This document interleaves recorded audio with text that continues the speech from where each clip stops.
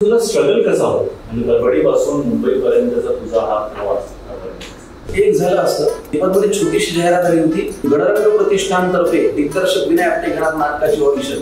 दुपारी 4 वाजता DMCC. त्या दिवशी माझं एक छोटं शूट लागलं. मी असं काम करत होतो. मी स्ट्रगलर असताना त्या शूटिंगच्या ठिकाणी सांगितलं मला 3:30 ला जायचं. तर ते 10:30 मला म्हणाले आप जाओ. मी निघालो, आलो DMCC ला. दुपारी तिथे जेवलो आणि 4 वाजता बरोबर मग त्यांनी ते स्क्रिप्ट वगैरे दिलं. प्रणव मयेकर लिखित नाटकाचं नाव लोभ असावा ही विनंती. हे नाटक आणलं होतं. त्याच्यात 3 तरुण मुलांची गोष्ट होती आणि विनय आपटेंचं बॉस.